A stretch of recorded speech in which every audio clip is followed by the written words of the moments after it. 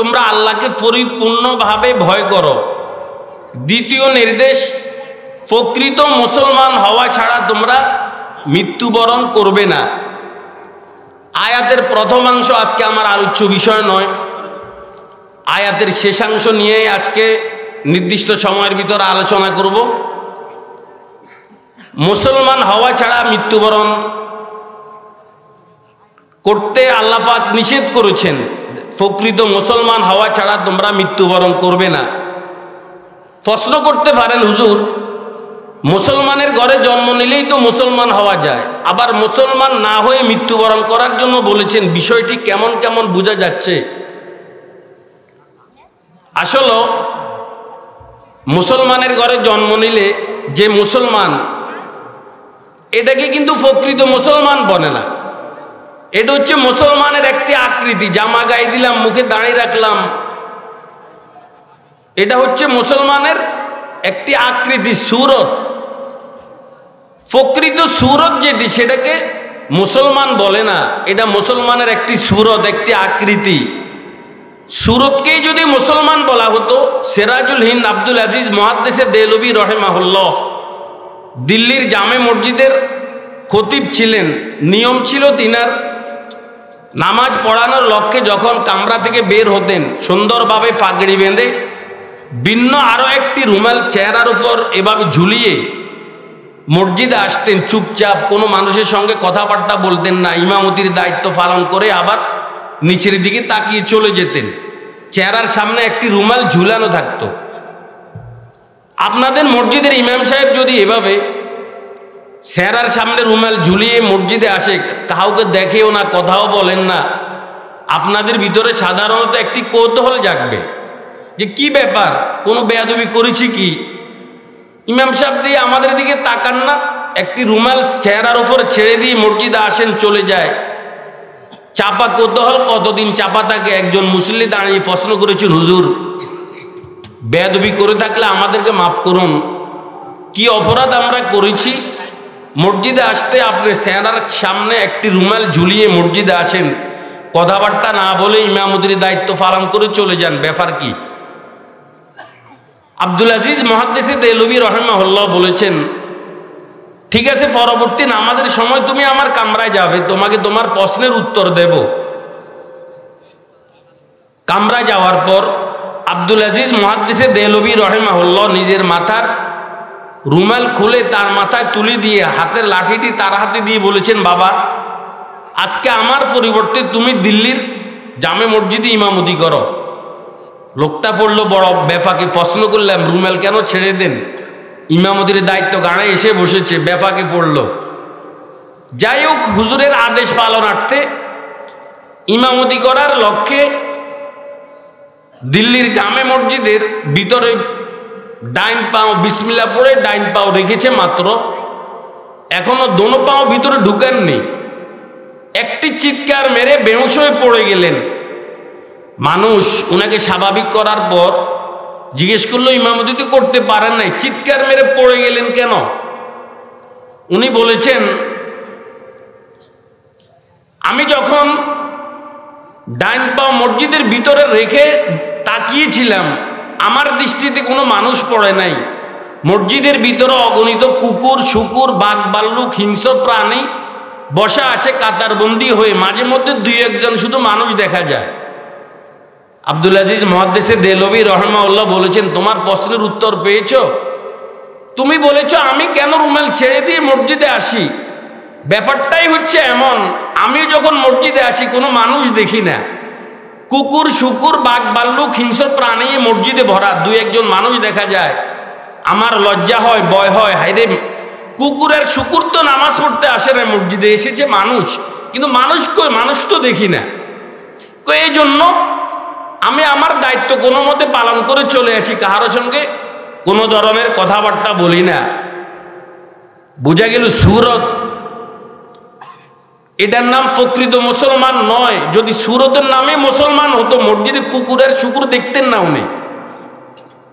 তাই তো আল্লামা রুমি রহমতুল্লাহ আলাই বলেন, গর্ব সুরত আদমে ইনসা শুদে আহমদ বু জাহলো হামিয়ে কে সাশুদে গর্ব কুওয়াত আদমি ইনসা শুদে গাও ঘর আজ আদমি বেহতর শুদে আদমিরা আদমিয়ত লাজেমাস ওদেরা গর্ব না বাসদ হাইজমাস আদমিয়ত লাহম শাহম ফুসতে নিস আদমিয়ত জুজরে যায় দুস্তে নিস ইকে মি বিনি গিলাফে আদমান নিষেতন আদম খিলাফে আদমান নিষেতন আদম খিলাফে আদমান।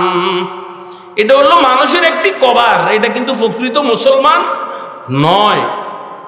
তাই তো আল্লাহ পাক বলেছেন প্রকৃত মুসলমান হওয়া ছাড়া কবর আসবে না। মুসলমানের জন্য মুসলমানি দৈন্তানো দীর্ঘিকার মুসলমানি, মুসলমানিত্ব যেটাকে বলা হয় অতীব জরুরি। মুসলমানের জন্য মুসলমানই জরুরি। মুসলমানি কাকে বলে আমার ওস্তাদ মুফতি দিলাওয়ার দামাত বরকাতুমের মুখ থেকে আমি শুনেছি। বুজুর্গানে দিন গবেষণা করে রিসার্চ করে তারা ঠিক করেছে মুসলমানি এই শব্দটি 60টি অক্ষর দ্বারা গঠিত। 60টি অক্ষরের 60টি দাবি আছে। এই 60টি দাবি যার ভিতরে পাওয়া যাবে সেই হবে প্রকৃত মুসলমান। 60টি অক্ষরের 60টি দাবি যার ভিতরে পুরোপুরিভাবে পাওয়া যাবে না, সে তাকে হাজারো মুসলমান দাবি করতে পারে, কিন্তু কোরআন ও হাদিসের কষ্টিপাতরে সে মুসলমান নয়। মুসলমানি হরফে হাফেতে দানি একে মি মাসমৌতে খুদ বদানি দুয়াম সিনো সজদা করদন আফিফাস সুয়াম লামে গজা করদন হালালাস চাহারুম মি মেদি গরদর নওয়াশুদ মাহাব্বত বা খুদা ও মুস্তফা শুদ कि पंजम शुद अलिफ अजवाए अमानत शशम नून स्नुफी नफसाद हुरमत के हफ तुम याद होगा आए नूरे बस के दरिया दशब तस्कीने कुलूबास। मुसलमानी এই শব্দটি 60টি অক্ষর দ্বারা গঠিত। প্রথম অক্ষর মিম। এই বর্ণের দাবি মৌত। এই বর্ণটি যেন আমাদেরকে জানিয়ে দিচ্ছে একদিন তোমাদের মৃত্যু হবে, জন্মিলে মরিতে হয়। কুল্লু নাফসিন যায়িকাতুল মাউত, মৃত্যু তোমাদের জন্য অনিবার্য। তাই তো হাকিম মোহাম্মদ মুজাদ্দিদে মিল্লত আশরাফ আলী সাহেব নাওয়ারাল্লাহু মারকাদাহুর খানকাহের ওয়ালের মধ্যে খোদাই করে এখনো 2টি কবিতা লেখা আছে। রাকে দুনিয়া মে বশর কো জীবা নেহি গফলত मौत का दहियान बिलाजिम है के हर आन रहे जो बशर आता है दुनिया में ये कहती है कजा मैं भी पीछे चली आती हो जरा दहियान रहे मैं भी पीछे चली आती हो जरा दहियान रहे। কোনো মানুষকে উদাসীন অবস্থায় থাকা ঠিক নয়, মৃত্যুর দেহান করার জন্য বলেছেন। হাদিসে আছে মানব সন্তানের জন্মের সাথে সাথে তার মৃত্যু জন্ম হয়ে যায়। মৃত্যু ডেকে বলে মাই বি পিছে চলি আতি হো জরা দেহিয়ানো রাহে, আমিও তোমার পিছনে পিছনে আছি, একটু সতর্ক থাকবে। মৃত্যুর হাত থেকে বাঁচার জন্য যদি আপনি পাহাড় পর্বতের ভিতরে মজবুত দুর্গা স্থাপন করে পালিয়ে থাকেন, মৃত্যু কিন্তু আপনাকে ধরেই ফেলবে। আইনামা তাকুনু ইউদরিকুমুল মাউত ওয়ালাউ কুনতুম ফি বুরুজিম মুশাইয়াদা কিলায়ে মজবুতে বাশি আজাবাল হর কুজা বাশি তুরায়া বদ আজল হর কুজা বাশি তুরায়া বদ আজল। মৃত্যু আপনাকে ধরেই ফেলবে। দুনিয়ার সকলে মারা যাবে, তারপরে আল্লাহ রাব্বুল আলামিনের নির্দেশে প্রথম আকাশের বাসিন্দারা মরে যাবে, তারপরে দ্বিতীয় আকাশের বাসিন্দারা মরে যাবে, এভাবে সপ্ত আকাশ পর্যন্ত। তার উপরে আরশে আজিমের চতুর্পাশে যত মাখলুকাত আছে সকলে মরে যাবে। আর থাকবে বড় বড় 4 জন ফেরেশতা, জিব্রাইল, মিকাইল, ইসরাফিল, আজরাইল। আল্লাহ রাব্বুল আলামিন মিকাইল আর জিব্রাইল আলাইহিস সালামকে বলবে তোমরা মরে যাও। তখন আরশ আল্লাহর কাছে সুপারিশ করবে, ওগো আল্লাহ এই 2 জন ফেরেশতাকে তুমি মৃত্যু দিও না। আল্লাহ পাক বলবেন উসকুত কাতাবতুল মাউতা আলা মান তাহাতা আরশি, চুপ থাকো, আমার আরশের নিচে যত জীবন্ত বস্তু রয়েছে সব কিছুর জন্য আমি মৃত্যু অবধারিত করেছি। লাউ কানা ফিদ দুনিয়া বাকাউন লিসাকিনিন, লাউ কানা ফিদ দুনিয়া বাকাউন লিসাকিনিন লাকানা রাসূলুল্লাহি ফিহা মুখাল্লাদা ওয়া মা আহাদুন ইয়ানজু মিনাল মাউতি সালিমা ওয়া সাহমুল মানায়া কদ আসাবা মুহাম্মাদা। যদি জীবিত থাকার অধিকার রাখতো তাহলে মুহাম্মদ সাল্লাল্লাহু আলাইহি সাল্লাম এই দুনিয়াতে জীবিত থাকতেন। উনি যেহেতু জীবিত থাকতে পারে নাই, মৃত্যুর তীর উনার গায়ে গিয়ে স্পর্শ করেছে, সুতরাং এই পৃথিবীতে থাকার অধিকার কারোই, সকলে মরে যাবে। তারপর আল্লাহ পাক ইসরাফিলকে মরবে, ইসরাফিল তুমি মরে যাও। আর আরশের উপরে আছে আল্লাহ, আরশের নিচে আছে আজরাইল, যে নাকি এত জীবন মানুষের জান কবজ করেছে। আরশের উপরে আল্লাহ, আরশের নিচে জিব্রাইল। আল্লাহ পাক বলবেন, ও আরে আজরাইল, ও আজরাইল তুমি মরে যাও। আল্লাহর এই ঘোষণার সাথে সাথে এত বিরাট বিকট শব্দে আজরাইল চিৎকার মারবে। যদি জিন ইনসান ফেরেশতা জীবিত থাকতো সকলেই প্রাণ পেটে মারা যেত, মরে যাবে। কুল্লু মান আলাইহা ফান ওয়া ইয়াবকা ওয়াজহু রাব্বিকা যুল জালালি ওয়াল ইকরাম। আল্লাহর বিকট সৃষ্টি আমি, মৌত আমার নাম, ববের লীলা সাঙ্গ করা হইল আমার কাম। মাতা পিতা হরণ করি, এতিম করি সা, আওলাদকে হরণ করি কাদাই বাবা মা। ভাইকে নিয়ে কাদাই বোন, বোনকে নিয়ে ভাই, আমার ভীষণ চবল হতে রক্ষা কারো নাই। স্বামী নিয়ে কাদাই বিবি, বিবি নিয়ে স্বামী, সময় হলে হাজির হব তোমার নিকট আমি। মौत তো একই नहीं है, আপনার মৃত্যু নিশ্চিত ঘটবে। লেকিন কাফন মে শক হয়, তবে কাফন কাফন নিয়ে যেতে পারেন কিনা এটা হচ্ছে সন্দেহের ব্যাপার। যদি কুফাল ভালো হয়, ভিক্ষুক হলেও কাফন কাফন নিয়ে যেতে পারবেন। আর যদি কুফাল খারাপ হয়, সারা পৃথিবীর সুপার পাওয়ার হলে কি হবে, যদি আপনি বিমান বাস্ত হয়ে মৃত্যুবরণ করেন, আপনার লাশের হদিস কি পাওয়া যাবে, না জ্বলি ফুড়ে বর্ষ হয়ে যাবে? কুফাল খারাপ। मौत तो एक ही नहीं है, लेकिन काफन में शौक है। तनत गरदत गजाए मारो कशदम कि फरवरदी बसद हिफ्जो अमानी अगर गरदा वरी अमवाले दुनिया ना आखिर जुज काफन बुरदन तावानी। এই যে শীতের মৌসুম চলছে, এই শরীরকে রক্ষা করার জন্য জাম্পার, জ্যাকেট, সোয়েটার, কত উন্নত মানের জুতা ব্যবহার করেছি, মোজা, যেন শীত না লাগে। কবি বলে, রে বেটা কি হবে যখন পানবাই উড়ে চলে যাবে, মাটির দেহ মাটিতে রেখে আসা হবে। তনত গরদে গেজায় মারু কাশদম, তখন তোমার এই শরীর পোকামাকড়ের খাদ্য হয়ে যাবে। অগর ঘরে দা ওয়ারি আমওয়ালে দুনিয়া, যদি তুমি সারা দুনিয়ার মালের মালিকও হয়ে যাও, না আখির জুজ কাফন বুরদান তাওয়ানি, সর্বশেষ তোমাকে কিন্তু একটা কাফন কাফন নিয়েই কবরে যেতে হবে।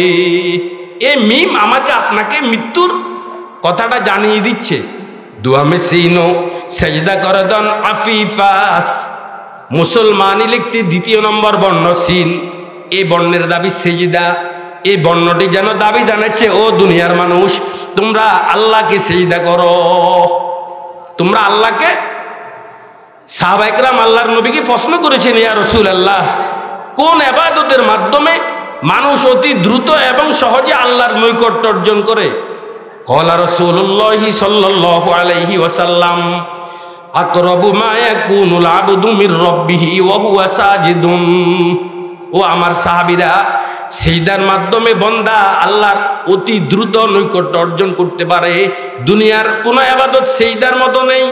সিজদা যখন করে, বজহের সিজদা গা হাসে এই জমিবুত, বাবাতিন সিজদা বর আরশে বরিবুত, বাবাতিন সিজদা বর আরশে বরিবুত। এরে আনাইতুল্লাহ আব্দুর রহমান, যদি তুমি বাতাচু কেন্দ্রীয় জামে মসজিদে তোমার কোফাল দেখিচ্ছ, শুনো, সিজদা দেওয়ার পরে তোমার এই কোফাল আর বাতাচু গ্রামে থাকে না, তোমার কোফাল চলে আসে আরশে আজিমে। যা সাজাদাল আবদু সাজাদা আলা কদামাইর রহমান। বন্দা যখন সিজদা করে আল্লাহ রব্বুল আলামিন বন্দার কোফালের সম্মানার্থে তার কুদরতি দুইটা পাও বন্দার কোফালের নিচে প্রসারিত করে দেন। ইজা সাজাদাল আবদু সাজাদা আলা কদামাইর রহমান। বন্দা সিজদা করে তো আল্লাহর কুদরতি দুইটা পায়ের উপর সিজদা করে। তাই তো বুজুর্গানের দিনের ইতিহাস দেখা যায়, একজন বুজুর্গ সিজদা দিয়েছেন, মাথা তোলে না। মাথা তুলছেন না কেন? কিভাবে মাথা তুলবো? আমি দেখছি আল্লাহ রব্বুল আলামিন আমার কোফালের সম্মানার্থে কুদরতি পাও বিছিয়ে দিয়েছে, তুমিই বলো আল্লাহর পাও থেকে কিভাবে আমি মাথাটা তুলি? তা আমাদের সে অনুভূতি নেই, এই জন্য আমরা দেখি না। বহুত বড় দামি একটি ইবাদত হচ্ছে কি সিজদা। সিজদাতুন ওয়াহিদাতুন খায়রুম মিনাদ দুনিয়া ওয়া মা ফিহা। দুনিয়া আর দুনিয়ার ভিতরে যা কিছু আছে সব কিছুর চেয়েও একটি সিজদার দাম আল্লাহর দরবারে খায়ের বলেছেন অনেক অনেক বেশি। তিরমিজির রওয়ায়াত আব্দুল্লাহ ইবনে মুবারক রাহমাতুল্লাহি আলাইহি বলেছেন, মসজিদে আসার পর অনেক সময় আমরা দেখি ইমাম সাহেব সিজদায় চলে গিয়েছেন, রুকু আপনি পাননি, মসজিদে আসতে আসতে ইমাম রুকু শেষ করে সিজদায় চলে গিয়েছেন। এমত অবস্থায় আমরা সিজদা দুটো না করে দাঁড়িয়ে থাকি, ইমাম সাহেব সিজদা শেষ করে দাঁড়াইলে ইমাম সাহেবের সাথে আমরা একত্রিত হব। কি বলেন? আমাদের বিষয়টা এমন না? আমাদের অনেকেরই স্বভাব, আমরা সিজদা দেই না। কিন্তু আব্দুল্লাহ ইবনে মুবারক রাহমাতুল্লাহি আলাইহি বলেন, বেটা কত ক্ষতিতে কত লসে তুই পড়েছিলি জানিস? এই যে দুটো সিজদা তুই মিস করেছিলি, না দিয়ে তুই দাঁড়িয়ে রইলি, জানোস একটা সিজদার দাম কত? তুমি সিজদা দাও, কোফাল জমিন থেকে উঠানোর আগে আগে আল্লাহ রব্বুল আলামিন তোমার জীবনের সকল গুনাহ মাফ করে দিবেন। দাঁড়িয়ে থাকবো এখন থেকে না সিজদা করব? রুকু পান নাই এই জন্য রাকাত আবার পড়বেন, কিন্তু দুটো সিজদা কিন্তু ছাড়বেন না। সিজদা আল্লাহর দরবারে অনেক বড় দামি ইবাদত, অনেক বড় দামি ইবাদত। সুয়া মেলা মে গেজা খুরদন হালালাস। মুসলমানি লিখতে ৩য় নম্বর বর্ণ লাম। এই বর্ণের দাবি হালাল। এই বর্ণটি যেন দাবি জানাচ্ছে, ও দুনিয়ার মানুষ, তোমরা হালাল খাদ্য ভক্ষণ করবে। হালাল হালাল খাদ্য তোমরা ভক্ষণ করবে। বাইহাকী শরীফ এবং মুসনাদ আহমদ ইবনে হাম্বলে এই হাদিসটি এসেছে, ক্বালা রাসূলুল্লাহি সাল্লাল্লাহু আলাইহি ওয়াসাল্লাম ইয়া আব্দুল্লাহ। জনাব রাসূলুল্লাহ সাল্লাল্লাহু আলাইহি ওয়াসাল্লাম আব্দুল্লাহ ইবনে ওমর রাদিয়াল্লাহু তাআলা আনহুকে 4টি বিষয়ে নসিহত করেছেন। ও আব্দুল্লাহ, আরবাউন ইযা কুন্না ফিকা ফালা আলাইকা মা ফাতাকাদ দুনিয়া। যদি 4টি গুণ তুমি অর্জন করতে পারো, তাহলে দুনিয়ার আর কি অর্জন হয়েছে বা হয় না এই নিয়ে তোমার চিন্তার কোনো প্রয়োজন নেই। যদি 4টি জিনিস অর্জন করতে পারো, তাহলে তুমি সব কিছু অর্জন করে ফেলেছ। 1 নাম্বার হিফজু আমানা, আমানত রক্ষা করা। 2 নাম্বার ওয়াসিদকু হাদিস, সত্য কথা বলা। 3 নাম্বার ওয়াহুসনু খালিকা, উত্তম চরিত্র গ্রহণ করা। 4 নাম্বার ওয়াইফাতুম মিন তুরমা, হালাল খাবার যদি গ্রহণ করতে পারো। এই 4টি বিষয়ে আব্দুল্লাহ ইবনে ওমর রাদিয়াল্লাহু তাআলা আনহু নবীজি ওসিয়ত করেছেন। খুবই গুরুত্বপূর্ণ 4টি জিনিস, তার মধ্যে একটি হচ্ছে হালাল খাদ্য ভক্ষণ করা। ফেয়ার হাজিরিন, জানেন আপনার প্রতিটি লোকমার সাথে ইবাদতের সম্পর্ক, কিন্তু এই জন্য কোনো কিছু খেতে আপনাকে ভেবে খেতে হবে। ইবাদতের সম্পর্ক আছে প্রতিটি লোকমার সাথে আপনার। আপনি যদি হারাম খান, ইবাদতের আগ্রহ আপনার ভিতরে আসবে না। পক্ষান্তরে যদি আপনি হালাল খেয়ে থাকেন, ইবাদতের আগ্রহ স্পৃহা আপনার ভিতরে 100তে 100 আসবে। এই জন্য বুজুর্গানের দিন খাবার সামনে আসলে খেয়ে নিতেন না, যাচাই করতেন। আপনারা সূরা কাহাফের ঘটনা, আসহাবে কাহাফের ঘটনা অনেকে জানেন, কোরআনে প্রসিদ্ধতম একটি সূরা। 309 বছর 7 কিংবা 6 জন নওজওয়ান ঘুমানোর পরে জাগ্রত হয়েছে। ওদের ধারণা ওরা সকালে ঘুমিয়েছে, দুপুরে বোধহয় জাগ্রত হয়েছে, অথচ ঘুমিয়েছে 309 বছর। দুপুরে খাবারের প্রয়োজন হয়, এজন্য যে ক্যাশিয়ার ছিল তাকে ওরা দোকানে পাঠিয়েছে খাবার ক্রয় করার জন্য। তবে দোকানে পাঠাতে ওকে একটা নসিহত করেছে উনাদের সর্দার, ফালিয়ানজুর আইয়ুহা আসকা তুআমান ফালিয়াতিকুম বিরিজকিম মিন ওয়ালিয়াতালাত্তাফ ওয়ালা ইউশিরান্না বিকুম আহাদা। তুমি যে খাবার ক্রয় করার জন্য যাচ্ছ, আমাদের এই দেশের রাষ্ট্রপ্রধান মূর্তি পূজক, মূর্তির নামে মানুষ প্রাণী জবাই করে, গোশত ক্রয় করতে সাবধান। যে গোশত ক্রয় করবে কোন বিজাতি মূর্তির নামে জবাই করেছে কিনা এটা যাচাই বাছাই করে ক্রয় করবে। দেখেছেন আসহাবে কাহাব ওরা খাবারের জন্য পাঠিয়েছে, নসিহত কি করেছে, ফালিয়ানজুর আইয়ুহা আসকা তুআমা, পবিত্র খাবার আনবে, হালাল খাবার আনবে, কারণ খাবারের সাথে ইবাদতের একটা গভীর সম্পর্ক রয়ে গেছে। এই জন্য আব্দুল্লাহ ইবনে মুবারক রহমতুল্লাহ আলাই, আব্দুল্লাহ ইবনে মুবারক, আব্দুল্লাহ উনি বড় মুহাদ্দিস, উনার আব্বার নাম মুবারক। এক বাগানে মালিগিরি করেছে 3 বছর। 3 বছর পরে মালিক বাগানে এসে মুবারককে বলেছে, মুবারক একটা ফল দাও। মুবারক ফল এনে দিয়েছে, এমন টক মুখে দেওয়া যায় না, মালিক বুঝতে দেয় নাই। বলেছেন আব্দুল্লাহ, আরে মুবারক আরো একটি ফল নিয়ে আসো। আরো একটি ফল নিয়ে এসেছে, এটাও একবারে খুবই টক, মুখে দেওয়া যায় না।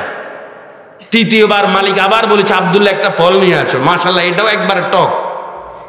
তখন বাগানের মালিক মুবারককে বলেছে, বেটা আজ 3 বছরে এই বাগানে মালিগিরি করো, কোন গাছের ফল মিষ্টি আর কোন গাছের ফল টক জানো না, কি করো বাগানে বসে কি করো? 3 বছরে এখনো তোমার অভিজ্ঞতা হয় নাই?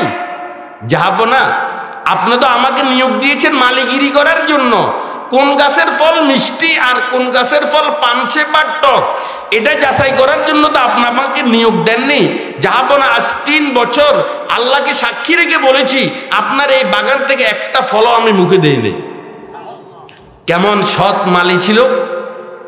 আজকে যদি হোটেলে ম্যানেজার মেসিয়ার মালিকের অগোচরে, মালিক তরকারি বাজেট করে এক ধরনের, ওরা খেয়ে না আরেক ধরনের। যারা ইমিটেশন দোকানে চাকরি করে, ঢাকা বিভিন্ন চকবাজারে বিভিন্ন দোকানে বড় বড়, বাড়িতে আসতে মা বোনের জন্য পকেট ভোজাই করে ইমিটেশন নিয়ে আসে, অথচ মালিক জানে না।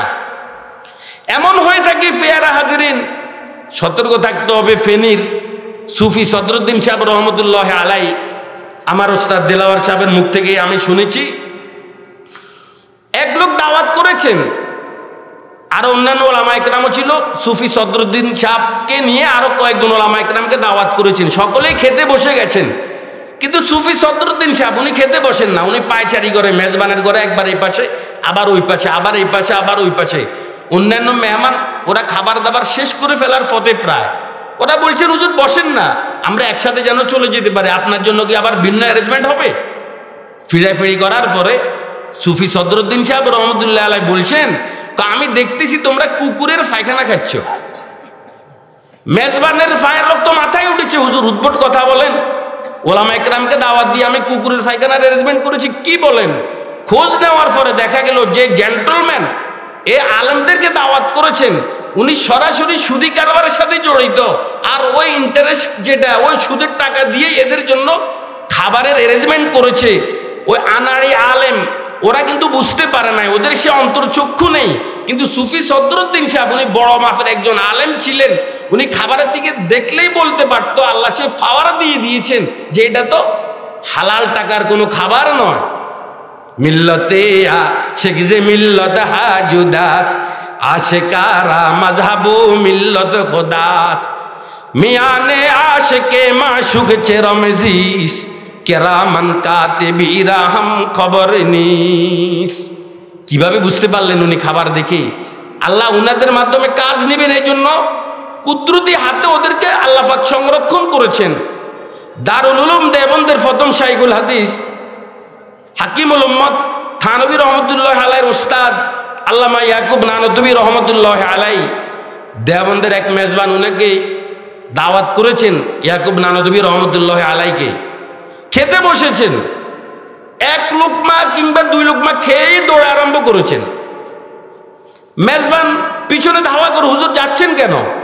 এতগুলো খাবারের আয়োজন আপনার জন্য করেছি, খাবার না খেয়ে যদি চলে যান আর এলাকাতে যদি ভাইরাল হয়, মানুষ আমাকে ধিক্কার দিবে যে অমুকের ঘরে দেবন্দর বড় হুজুর খাবার না খেয়ে চলে গেছে, এটা আমার জন্য লজ্জার ব্যাপার। হুজুর যাচ্ছেন কেন? হাকিম উম্মত থানভী রহমতুল্লাহ আলাইহির উস্তাদ ইয়াকুব নানতুবী রহমতুল্লাহ আলাইহি বলেছেন, তা আমি তোমার খাবারে হারামের গন্ধ পাচ্ছি, হারামের গন্ধ পাচ্ছি। ইয়াকুব নানতুবী রহমতুল্লাহ আলাইহি নিজে লেখেন, ওই যে 1 লোকমা কিংবা 2 লোকমা হারাম খেয়েছি, তার ঘরে এই হারামের প্রভাব 3 মাস পর্যন্ত আমার দেহের ভিতরে ছিল। আমার নফস যেন আমাকে গুনাহের প্রতি উদ্বুদ্ধ করে। তাহলে আন্দাজা করুন, যারা প্রতিনিয়ত আমরা হারামে ডুবে আছি, আল্লাহ যে আমাদেরকে বাঁচিয়ে রেখেছেন, এটাও আল্লাহর দরবারে শুকরিয়া আদায় করার দরকার। আপনার প্রতিটি লোকমার সাথে ইবাদতের সম্পর্ক। খাবার যখন আসবে যাচাই করবেন। আল্লাহর নবী বলেছেন, এমন এক জামানা আসবে মানুষ যাচাই করবে না আমিনাল হালাল আমিনাল হালাল, এটা কি হালাল নাকি হারাম। কুকুর যেমনি ভাবে সামনে খাবার ফেলে খেয়ে নেয়, যাচাই করে না, কুকুরের স্বভাব হয়ে যাবে আমার উম্মতের। এই জন্য সতর্কতার সাথে খেতে হবে। হালাল খাবেন, ইবাদতের স্পৃহা আসবে। আহমদ ইবনে হাম্বল রহমতুল্লাহ আলাইহির কথাটা আর না বলে পারলাম না, আমার ওস্তাদের মুখ থেকেও শুনেছি। কাশকুলে মুফতি শফি রাহিমাহুল্লাহ লিখেছেন, কাশকুল নামক কিতাবে, আহমদ ইবনে হাম্বল রহমতুল্লাহ আলাইহি উনি ছিলেন ইমাম শাফি রহমতুল্লাহ আলাইহির ছাত্র। ইমাম শাফি রাহিমাহুল্লাহ উনার শেষ জীবনে মিশর চলে গিয়েছেন। মিশর ওস্তাদ আহমদ ইবনে হাম্বলকে দাওয়াত দিয়েছেন। বড় মাফের লোক আহমদ ইবনে হাম্বল, ওলামা ইকরাম আছেন, ওরা জানেন আল্লাহ রাব্বুল আলামিনকে 100 বার স্বপ্নে দেখেছেন। উনার মৃত্যুর 203 বছর পরে হানফি মাযহাবের ভাষ্যকার মোল্লা আলী কারি রাহিমাহুল্লাহ উনি লিখেছেন, আহমদ ইবনে হাম্বল রহমতুল্লাহ আলাইহের কবর খনন করা হয়েছে মৃত্যুর 230 বছর পর। 230 বছর পর উনার কবর খনন করে দেখা হয়েছে, কান্নাহু দুফিনাল ইয়াউম, মনে হয় যেন উনাকে আজকে দাফন করা হয়েছে। দাফন করছে 230 বছর আগে। সেই ইমাম আহমদ ইবনে হাম্বল রহমতুল্লাহ আলাইহি ইন্তেকাল করেছেন। উনার জানাজাতে পৃথিবীর সবচেয়ে সেরা জানাজা, 25 লক্ষ মুসলমান উনার জানাজাতে অংশগ্রহণ করেছেন। যে রাস্তা দিয়ে উনার লাশ নেওয়া হয়েছে, মাত্র উনার লাশ দেখে 25,000 বিজাতি ইসলাম ধর্ম গ্রহণ করে মুসলমান হয়েছে। উনাকে বলা হয় হাকিমুল হাদিস। হাকিমুল হাদিস বলা হয়, আল্লাহর নবী থেকে যত হাদিস উম্মত পর্যন্ত এসেছে প্রত্যেকটি হাদিস সনদ এবং মতন সহ মুখস্থ বলতে পারতেন। এটাকেই বলা হয় হাকিমুল হাদিস। ফেয়ারা হাজিরিন, ইমাম আহমদ ইবনে হাম্বল রহমতুল্লাহ আলাইহি 77 বছর হায়াত পেয়েছে। তো ইমাম শাফি রহমতুল্লাহ আলাইহি দাওয়াত দিয়েছেন, বড় মাফের লোক, খলিফায়ে ওয়াক্ত। ওই সময়ের বাচ্চা উনাকে ইস্তেকবাল করার জন্য, স্বাগত জানানোর জন্য উনার আসন থেকে নেমে এসেছেন। শাফি রহমতুল্লাহ আলাইহির মেয়ে ছিল বাসায়, আনন্দিত উৎফুল্লিত, মেহমান আসবে, আব্বুর বড় মেহমান, বড় আলেম, অনেক ধরনের খাবারের আয়োজন করেছেন। আহমদ ইবনে হাম্বল রহমতুল্লাহ আলাইহি যখন খেতে বসেছেন হযরত ইমাম শাফি রহমতুল্লাহ আলাইহির ঘরে, উনি সব খাবার খেয়ে ফেলেছেন। আশ্চর্য ব্যাপার, কোন আল্লাহর ওলি তো এভাবে খেতে পারে না, কিন্তু উনি সব খানা খেয়ে ফেলেছেন। উনার মেয়ের প্রশ্ন, আব্বু আপনি না বলেছেন আপনার এই ওস্তাদ, আপনার এই ছাত্র অনেক বড় মাফের আলেম, বড় আল্লাহওয়ালা, আর আল্লাহওয়ালা তো কোনোদিন এভাবে খেতে পারে না। শাফি রহমতুল্লাহ আলাইহি বলেন, মা উনি মেহমান, খেয়ে ফেলেছে, আর মেহমানকে তো এই কথা জিজ্ঞাসা করা যায় না যে তুমি এতগুলো খাবার কেন খেয়েছো। মা বোধহয় তার চাহিদা ছিল, এই জন্য খেয়ে ফেলেছে, ধৈর্য ধরো। আল্লাহ, দিন গেল, রাতের বেলায় ইমাম শাফি রহমতুল্লাহ আলাইহির মেয়ে 1 লোটা পানি মেহমানকে যে চকিতে ঘুমানোর জন্য দিয়েছেন উনার মাথার নিচে রেখে দিলেন। কারণ আল্লাহর ওলি তো তাহাজ্জুদ পড়বেই। কি বলেন, যারা আল্লাহর ওলি এরা তাহাজ্জুদ পড়া ছাড়া ওলি হতে পারে? সবা মদে ফরদাদারে এসে কে বাজা, সবা মদে কারে সাজে এসে কে বাজা, জুমলা আলম আজম আদর খাবে সুদ, আশিকে রব্বাহরে রব্বে তাবে সুদ, আশিকে রব্বাহরে রব্বে তাবে সুদ, নবদুলার দুলহান যেমনি ভাবে রাতের গভীরতার অপেক্ষা করে, কখন রাত গভীর হবে, নীরব নিস্তব্ধতা বিরাজ করবে, মানুষ ঘুমিয়ে যাবে, তখন নববধূ দুলার দুলহানের প্রেমময় আলাপ শুরু হয়ে যায়। ঠিক আল্লাহওয়ালা যারা, আল্লাহর বুজুর্গ যারা, এরা রাতের গভীরতার অপেক্ষা করে কখন রাত গভীর হবে, নীরব নিস্তব্ধতা বিরাজ করবে, মাওলার সাথে তাদের প্রেম আলাপ শুরু হয়ে যায়। আল্লাহ আল্লাহ আল্লাহ আল্লাহ আল্লাহ নেগা উলঝি হুই হ্যায় রঙ্গবু মে কেরে দেখুই হুই আয়ে 400 মে না छोड़े दिल फगाने सुबह गाही हमा शायद मिले अल्लाहू में, हमा शायद मिले अल्लाहू में। न खाने में मजा है, न सोने में, न फनने में, मजा जो कुछ आता है आखिर रात रोने में। तार हो रूमी हो राजी हो गजाली, अत्तार हो रूमी हो राजी हो गजाली, कुछ हाथ नहीं आता बजुज आए सहर गाही। কোন ওলি শেষ রাতে কান্না ছাড়া ওলি হতে পারে নাই। আশরাফ আলী আরে ইমাম শাফি রহিমাহুল্লাহর মেয়ে 1 লোটা পানি রেখে দিয়েছেন মাথার নিচে। মেহমান যেহেতু তাহাজ্জুদ পড়বে, উনি আল্লাহর ওলি, পানি পাবে কই? এটা তো আদব, মেহমানকে দেখিয়ে দিতে হয় কোথায় বাথরুম, কোথায় অজুখানা, কোথায় প্রস্রাবখানা, এটা আদব। কিন্তু এখন ফজরের নামাজের আজান যখন দিয়েছে, মেহমান চলে গেল মসজিদে, মেয়ে চালাক দৌড়িয়ে এসে চোখের নিচের পানি চেক করে, দেখি পানি আছে কিনা, কারণ পানি যদি না থাকে বুঝতে হবে উনি ওযু করেছেন, নামাজ পড়েছেন, উনি আল্লাহর ওলি, এই কথাটা বাস্তব। দৌড়িয়ে এসে দেখলো যেভাবে পানি ওইভাবেই পড়ে আছে। মেয়ের মাথা খারাপ, আব্বুকে ডেকে বলেছেন, আব্বু গতকাল একবার সবগুলো খাবার খেয়ে ফেলেছেন, ও মেহমান খেয়ে ফেলেছে, আপনি বলছেন না সে আল্লাহর ওলি, তাহলে সে ওযু কেন করে নাই? আমি যেভাবে পানি রেখেছি ওভাবে তো পানি পড়ে আছে। ইমাম শাফি রহিমাহুল্লাহ ছাত্র তো আহমদ ইবনে হাম্বল ডেকে খুব স্নেহের সাথেই বলেছে, বাবা তোমার ভিতরে এই পরিবর্তন কবে থেকে এসেছে? তুমি গতকালকে সবগুলো খাবার খেয়ে ফেলেছো। আমার মেয়ের প্রশ্ন, আজকে তুমি কি তাহাজ্জুদ পড়ো নাই? তোমার কি ওযুর প্রয়োজন হয় নাই? যেভাবে পানি ওভাবে পড়ে আছে, ঘটনাটা কি? এই পরিবর্তন কবে এসেছে? ইমাম আহমদ ইবনে হাম্বল চোখ থেকে পানি ছেড়ে দিয়ে বলেছেন, ওগো উস্তাদ হযরত, আপনি সর্বপ্রথম প্রশ্ন ছিল সকল খাবার কেন আমি খেয়ে ফেলেছি? গতকাল যখন আমার সামনে খাবারগুলো পরিবেশন করা হয়েছে, আমি দেখেছি বৃষ্টির ন্যায় আকাশ থেকে নূর এবং বরকত বইছে। আকাশ থেকে বরকতের বৃষ্টি বর্ষণ হচ্ছে আমি দেখেছি, আর নূরের বৃষ্টি বর্ষণ হচ্ছে আমি দেখেছি। ওগো হুজুর, এই পবিত্র খাবার আমি জীবনে কোথাও দেখি নাই, এই সুযোগে আমি সবগুলো খাবার খেয়ে ফেলেছি। আপনার এই খাবারগুলো খাবারের কারণে দুটো বরকত আল্লাহ আমাকে দান করেছেন, ইলমি বরকত, আমলি বরকত। ইলমি বরকত, আমি কোরআনের একটি আয়াত থেকে 100 মাসালা আজকে সারা রাত বের করেছি। আর আমলি বরকত, আমি সারা রাত তাহাজ্জুদ পড়েছি, আমার ওযু ভাঙে নাই, আমার পানিরও প্রয়োজন হয় না, এই জন্য যেভাবে পানি ওভাবেই পড়ে আছে। কি বুঝেছেন? খাবার যদি হালাল হয়, খাবারের একটা প্রভাব আছে না নাই? কথা বলেন। চুষে গোমেরা ফাকেদারি আজ হারাম, মর্দে ইমাদারে বাসি ও সালাম, हर के बातन अजहरा मुशफा के नीस, रोहे उरा राहे सो अफला के नीस, रोहे उरा राहे सो अफला के नीस, सुअमला में गजा कुरदन हालालास। मुसलमानी लिखती 3 নম্বর বর্ণ লাম, এই বর্ণের দাবি হালাল। হালাল খেতে হবে, কারণ হারাম শরীর কখনো জান্নাতে